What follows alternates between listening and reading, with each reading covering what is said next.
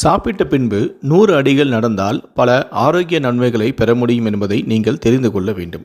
நடைப்பயிற்சி என்பது மனித ஆரோக்கியத்திற்கு மிகவும் முக்கியமாக பார்க்கப்படுகிறது. ஆயுர்வேதத்தின்படி மனம், உடல், ஆன்மா இவை ஒன்றோடு இணைக்கப்பட்டும் உள்ளன. நீங்கள் சாப்பிட்ட பின்பு 100 அடிகள் நடந்தால் செரிமானத்தை மேம்படுத்துமாம். செரிமானம் சீராக இருந்தால் உடலில் ஊட்டச்சத்துக்களை உறிஞ்சுவதை எளிதாக்குவதுடன் அஜீரணம், வீக்கம், வலி ஆகிய பிரச்சனைகளும் குறையும். இவ்வாறு நடைப்பயிற்சி மேற்கொண்டால் வளர்சிதை மாற்றத்தை அதிகரிக்கவும் இரத்தத்தில் சர்க்கரையின் அளவை கட்டுக்குள் வைக்கவும் உதவுகிறது. இன்சுலின் உணர்திறனை அதிகரிக்கும் என்பதால் நீரிழிவு நோயாளிகள் சாப்பிட்டவுடன் சிறிது நடப்பது நல்லது. இது போன்ற மன அழுத்தம் உள்ளவர்கள் உடலில் ஊட்டச்சத்து உறிஞ்சுவது பாதிக்கப்படுவதுடன் போதிய ஆற்றல் இல்லாமல் எப்பொழுதும் சோர்வாகவே இருப்பார்கள்.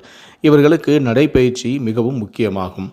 ஆயுர்வேதத்தின்படி இவ்வாறு நடைப்பயிற்சி மேற்கொண்டால் தூக்க கோளாறுகள் சரியாவதுடன் நிம்மதியான தூங்கவும் இது உதவி செய்கிறது. சாப்பிட்ட பின்பு 100 அடிகள் நடந்தால் பல ஆரோக்கிய நன்மைகளை பெற முடியும் என்பதை நீங்கள் தெரிந்து கொள்ள வேண்டும். நடைப்பயிற்சி என்பது மனித ஆரோக்கியத்திற்கு மிகவும் முக்கியமாக பார்க்கப்படுகிறது. ஆயுர்வேதத்தின்படி மனம், உடல், ஆன்மா இவை ஒன்றோடு இணைக்கப்பட்டும் உள்ளன. நீங்கள் சாப்பிட்ட பின்பு 100 அடிகள் நடந்தால் செரிமானத்தை மேம்படுத்துமாம். செரிமானம் சீராக இருந்தால் உடலில் ஊட்டச்சத்துக்களை உறிஞ்சுவதை எளிதாக்குவதுடன் அஜீரணம், வீக்கம், வலி ஆகிய பிரச்சனைகளும் குறையும். இவ்வாறு நடைப்பயிற்சி மேற்கொண்டால் வளர்சிதை மாற்றத்தை அதிகரிக்கவும் இரத்தத்தில் சர்க்கரையின் அளவை கட்டுக்குள் வைக்கவும் உதவுகிறது. இன்சுலின் உணர்திறனை அதிகரிக்கும் என்பதால் நீரிழிவு நோயாளிகள் சாப்பிட்டவுடன் சிறிது நடப்பது நல்லது.